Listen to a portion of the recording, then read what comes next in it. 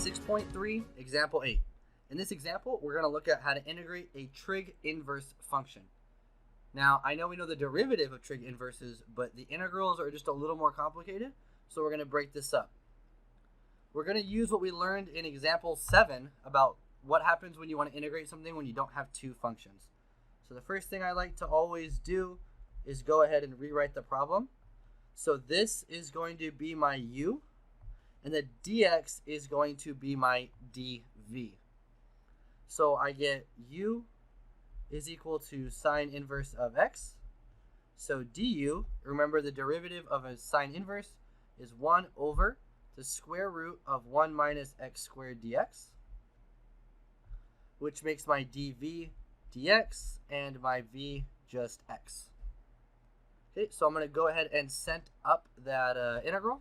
So it's uv, so it's x sine inverse x, and yes, I know I did write them backwards, but I like my x's in front, minus the integral of v du, 1 over square root 1 minus x squared dx. So I'm just going to write that a little cleaner so we can see what's going on.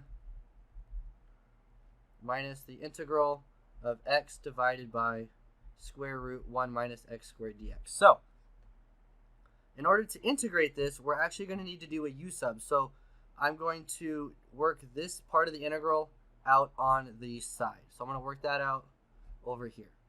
Okay, so let's just take a second and work this out. I'm going to do a separate u sub for this, but because we already used u and v, I'm going to pick a different letter. So this is going to be w is equal to 1 minus x squared. So dw is negative 2x dx, but I only want the x.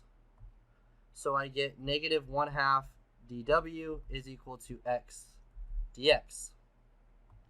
So this integral now becomes negative 1/2 the integral of 1 over square root of u du.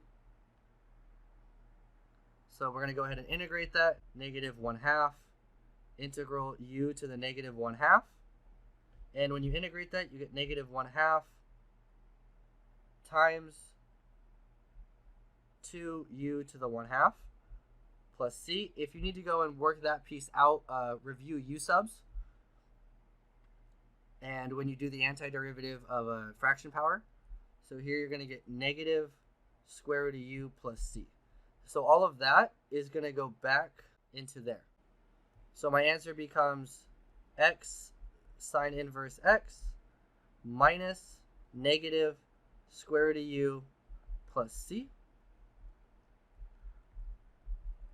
plus square root of u plus c. But we're not done because we want it in terms of x and not u. X sine inverse plus, and then it's square root 1 minus x squared plus c. I did exactly what you're not supposed to do. I put u. So notice I put u here, even though I used w. It should be w. I'm just such in a habit of doing u subs. As long as you don't get your letters mixed up, you'll be okay. And there's our answer. That's it.